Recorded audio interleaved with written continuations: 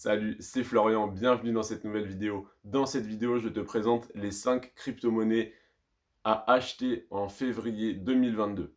Pourquoi à acheter en février 2022? Parce que c'est celles qui ont le moins bien performé en janvier 2021.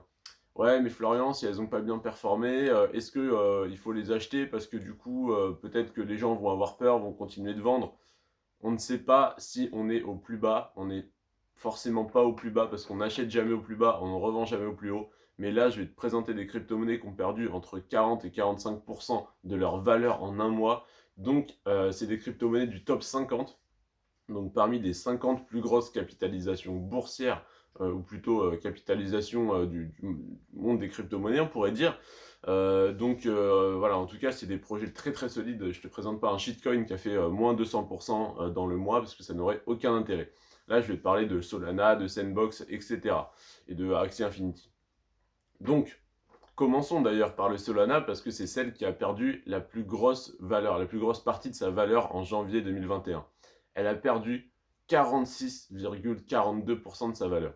Si tu avais mis 100 euros il y a un mois, début janvier, sur le Solana, tu n'aurais plus que 53,58 €. Voilà, ça aurait fait très très mal. Si jamais tu étais investi dessus, ça fait très très mal. Cependant, tant que tu ne vends pas, tu n'as pas validé ta perte. Et si tu rachètes maintenant, tu fais baisser ton PRU, donc ton prix de revient unitaire. Donc, admettons que tu en rachètes maintenant. Est-ce que tu penses que le Solana qui vient de faire moins 46% en un mois va faire moins 40% le mois prochain et moins 30% le mois d'après et s'écraser totalement? Ce qui est une possibilité, mais personnellement, je ne pense pas. Ou est-ce que tu penses que quand une crypto-monnaie perd la moitié de sa valeur, tous les investisseurs qui attendaient pour rentrer dedans vont rentrer dedans, l'effet boule de neige va se mettre en place. Ah, la chute est finie, alors, là on a fait moins 46%. Ça y est, c'est assez bas, je m'étais dit qu'à ce prix-là je rachèterais, hop, je rachète. Hop, ah bah du coup, moi aussi, ah moi aussi. Et là du coup, effet momentum, hop, tout le monde rachète, ça remonte. C'est pour ça que tous les graphiques boursiers et de crypto-monnaies sont comme ça. C'est parce que, ah c'est trop cher, je vends, ah c'est pas assez cher, j'achète. C'est basique ce que je te dis, mais là en gros, on perd 46% de la valeur en un mois. Je vois mal le mois de février à moins 30 ou moins 20% sur le Solana, et puis le mois de février, les mois de mars à moins 20% également. Pour moi, ça devrait assez vite remonter parce que la valeur intrinsèque est toujours la même. Bref, Solana, moins 46,42%. Je vais plus enchaîner pour les autres, ne t'inquiète pas. La deuxième qui a le plus perdu de valeur en janvier 2022, c'est AXS, donc la crypto-monnaie de Axie Infinity, qui a fait moins 45,29%. Alors ça fait très très mal, ça fait, voilà, pour ceux qui sont rentrés dans le jeu au moment où elle était au plus haut, ou pas loin du plus haut en tout cas, ça fait mal. Cependant, c'est le nouveau Pokémon à mon avis, donc ça a un très bel avenir. Donc il n'y a pas de raison que ça remonte pas. Après, les jeux crypto, bon, voilà, c'est beaucoup plus risqué, hein. Je le vois avec Bomb Crypto qui est un des plus safe. Et déjà, le cours fluctue énormément, hein. Quand on prend moins 20% sur le token dans la journée, on n'est même pas étonné en fait. Donc au final, voilà, AXS, Axie Infinity, à surveiller, hein. Ça m'a l'air d'être un très beau projet. Après, ça reste un play to earn, ça reste un jeu crypto. Donc ça peut se crasher à tout moment. Et le token, voilà, les gens peuvent paniquer, ça peut se crasher. Là, ça a déjà perdu 45% de sa valeur. Faudrait faire attention que ça ne continue pas. Là, c'est bien moins safe que le Solana, par exemple. Ensuite, Myota, moins 45,21%. Bah, c'est le même raisonnement, hein, je ne vais pas vous le refaire pour chaque crypto-monnaie. Soit c'est un point bas, c'est une occasion de rentrer, soit c'est la fin de la crypto-monnaie, soit ça va stagner, on va faire un bear market pendant super longtemps à ce niveau-là. On ne peut pas savoir. Maintenant, voilà, c'est à votre appréciation, c'est selon ce que vous estimez, la valeur intrinsèque que vous estimez euh, accorder à cette crypto-monnaie. Et voilà, donc c'est votre propre décision. Est-ce que c'est la fin de la crypto-monnaie? Est-ce que c'est la fin donc, de cette crypto-monnaie ou du monde des crypto-monnaies de manière générale, comme on le pense à chaque baisse? Après là, à moins 45%, ça fait mal, mais j'ai envie de dire, c'est la vie dans les cryptos, hein, et si tu veux faire un plus 50% en un mois, il faut être prêt à faire moins 50 en un mois. Ensuite, la crypto FIL, F-I-L, donc Philcoin, moins 42,28, moins 42,28%, ça reste encore énorme.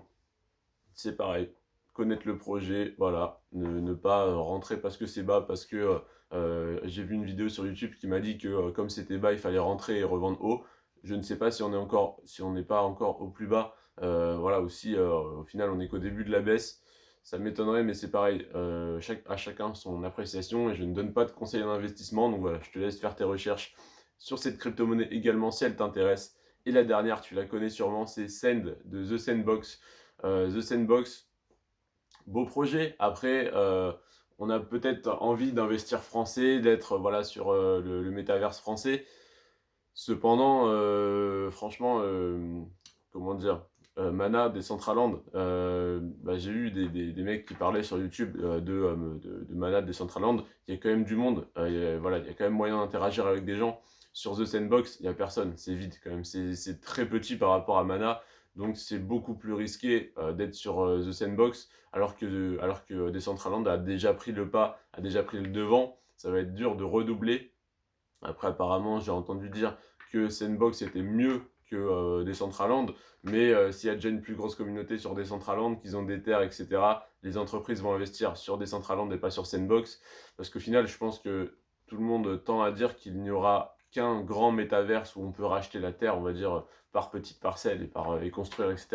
Il n'y aura pas 5 métaverses différents, même si je pense que ça va être le cas au final, mais il n'y en aura qu'un gros qui va vraiment fonctionner, vraiment drainer du monde. Donc pour moi, Sandbox, j'ai pas autant confiance qu'en Decentraland. Après, ça reste un beau projet, ça reste énorme, hein, donc bien sûr, s'il est dans le top 50. Mais pour moi, en concurrence avec Decentraland, ça me paraît compliqué. Donc voilà, je vais pas plus que ça m'investir sur The Sandbox, même si j'aime bien le token, j'aime bien le projet, mais il n'a pas l'avantage concurrentiel de Decentraland. Donc The Sandbox, moins 39,92%. Si vous y croyez, si vous voulez investir sur le jeu, pourquoi pas rentrer maintenant, c'est moins cher. À voir si ça continue pas de baisser, donc peut-être faire une sorte de DCA à la baisse, et quand ça repart à la hausse et que ça redépasse ce niveau, arrêter d'investir, je sais pas. À vous de faire votre stratégie en fonction de vos croyances sur The Sandbox. Je te remercie d'avoir regardé cette vidéo. N'hésite pas à lâcher un like, à t'abonner pour ne pas rater mes prochaines analyses. Tous les mois, je fais ce genre d'analyse sur ma chaîne YouTube. Et à me dire en commentaire si tu es investi ou si tu comptes investir sur un de ces tokens. Moi, je te conseille pas, enfin, je donne pas de conseils d'investissement, mais je te conseille quand même de te renseigner au moins sur le Solana qui a pris moins 46,42%. Ça peut être un très très beau point d'entrée. Je te remercie d'avoir regardé cette vidéo, je te remercie de ton attention. Prends soin de toi et de tes finances. Ciao.